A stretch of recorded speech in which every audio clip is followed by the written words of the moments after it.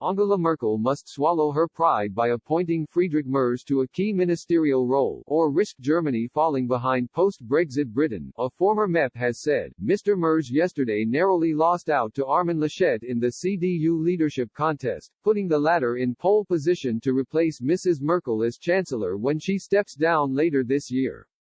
Hans-Olaf Henkel, who had backed Mr. Merz for the top job, accused Mrs. Merkel's supporters of engineering his defeat, while warning the German Chancellor she could not afford to ignore him, but should instead offer him the powerful position of Minister of the Economy.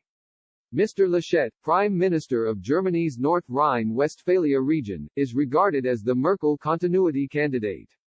He defeated Mr. Merz, who was pushed out of his role as CDU parliamentary leader by Mrs. Merkel in 2002, prompting a rift which persists to this day, by 521 votes to 466 in the second round of voting among 1,001 delegates to a specially convened online Congress to decide the issue.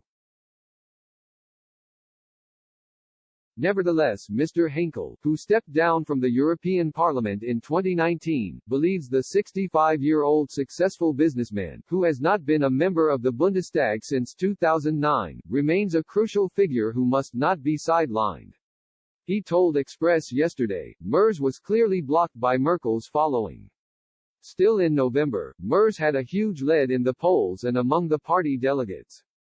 That's why Merkel's troops used all sorts of tricks and excuses to delay the vote. By pushing back the scheduled vote, Mrs. Merkel had been able to boost Mr. Laschet's chances while hampering those of Mr. Merz, Mr. Henkel explained. He added, Merkel's closest advisor Helga Braun, Germany's Minister of Special Affairs, came out publicly to endorse Laschet, and a number of prime ministers close to Merkel, too.